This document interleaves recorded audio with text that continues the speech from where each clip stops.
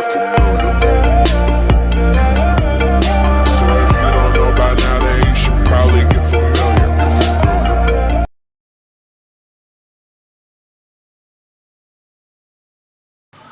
Baik, kali ini kita akan membahas mengenai Microsoft Excel, di mana seperti kita ketahui Microsoft Excel adalah suatu aplikasi yang digunakan untuk mengolah angka, baik dalam perhitungan penjumlahan, perkalian, pembagian, dan operasi matematik lainnya.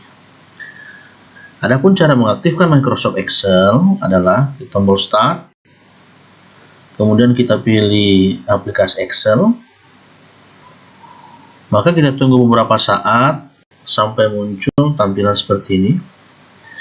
Ya, kalau sudah, kita maksimalkan. Untuk memulai Excel, kita klik blank workbook. Ini adalah tampilan default daripada Microsoft Excel. Yang pertama, Excel itu memiliki extension adalah XLSX. Ya, jadi setiap aplikasi yang extensionnya adalah XLSX, maka aplikasi tersebut dibuat oleh Microsoft Excel. Selanjutnya, tampilan daripada Microsoft Excel defaultnya adalah seperti ini. Yang pertama, File, Home, Insert, Page Layout, dan seterusnya. Ini disebut namanya dengan menu bar. Ya, ini disebut namanya dengan menu bar. Kemudian gambar-gambar kecil ini, ya, gambar-gambar kecil ini disebut namanya dengan toolbar. Ya, nama-nama icon-icon kecil ini disebut namanya dengan toolbar. Selanjutnya ada kotak kecil ini namanya adalah name box, berfungsi untuk mengetahui posisi sel atau alamat sel. Selanjutnya di sebelah kanan ada namanya formula bar, ya, formula bar.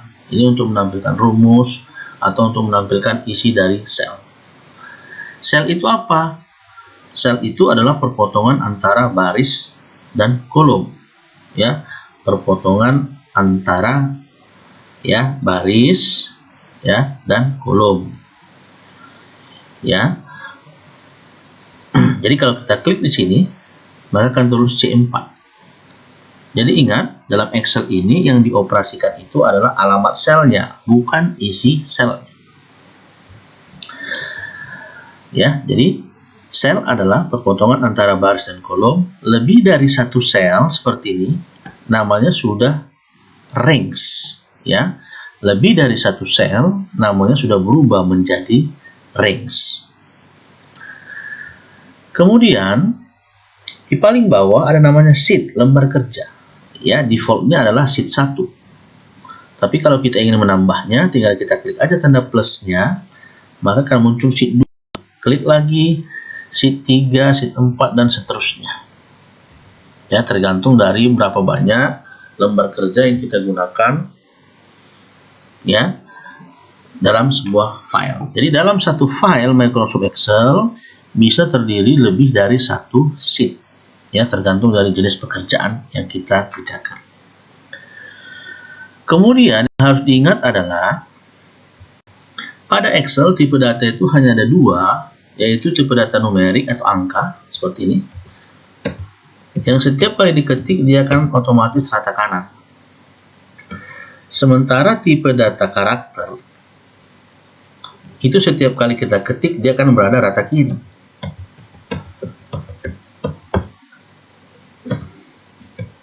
Jadi kalau yang angka biasa nanti digunakan untuk operasi matematik, sementara kalau karakter tidak bisa digunakan untuk operasi matematik. Ya, sebagai contoh, misalnya kita mengetikkan di sini nama seperti ini ya. Jadi kalau sudah lebih dari satu karakter, namanya sudah berubah menjadi string. Ya, string itu adalah kumpulan dari beberapa karakter. Kita akan mencoba melihat operasi daripada sel. Misalnya, namanya siapa? Ya, Indra Siregar. Seperti ini misalnya. Oh, ya, atau Erwin Simanungkali. Ini namanya kan kebesaran sementara kolomnya tidak cukup, maka kita harus memperbesar kolomnya. Cara cepat memperbesar kolomnya adalah double klik saja di perbatasan antara kolom B dan C. Ya, double klik cepat. Maka dia akan menyesuaikan lebar kolom dengan isinya. Ya, jadi lebar kolom akan disesuaikan dengan isi. Ya. Nah, atau kalau misalnya Anda mau lama, tinggal arahkan kemari, klik tahan geser. Ya kan, geser ke kiri, geser ke kanan. Ya. Nah, itu kalau kita mau lambat ya, tapi kalau mau cepat double klik aja perbatasannya.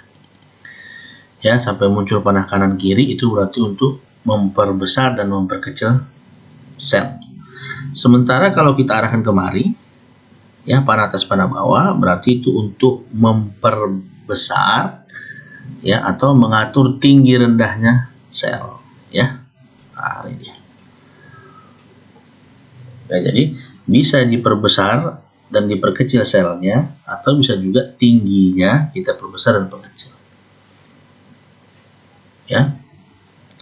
Kemudian ada jenis-jenis kursor di sini ya, ada jenis-jenis tipe kursor ya. Misalnya saya ketik namanya sini adalah Diana, enter.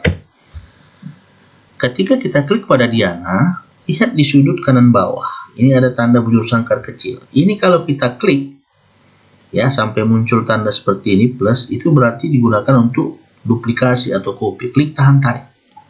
Seperti ini. Ya, klik tahan tarik. Misalnya angka 1. Ya.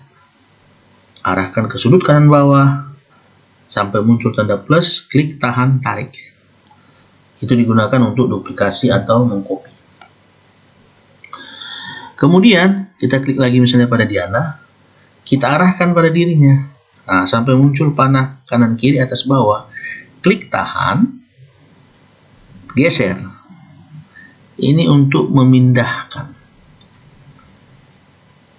Ya. Panah kanan atas bawah, kanan kiri, klik tahan, geser. Nah, itu biasa digunakan untuk memindahkan isi daripada sel. Ya, memindahkan isi dari sel. Jadi kita harus ingat, ya, ada yang biasa digunakan untuk duplikasi, dan ada juga yang digunakan untuk memindahkan. Jika sudah selesai, ya, kita tinggal simpan, file, save.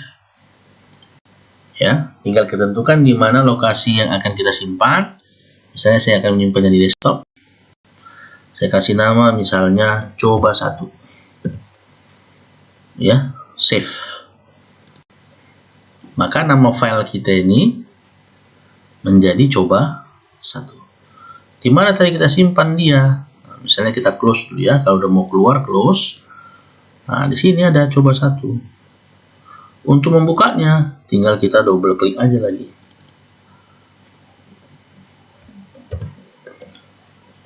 Ya, kita tunggu beberapa saat. Maka akan tampillah tampilan seperti yang sebelumnya. Baik, demikianlah pertemuan kali ini. Mudah-mudahan bermanfaat. Sampai jumpa pada pertemuan berikutnya. Terima kasih.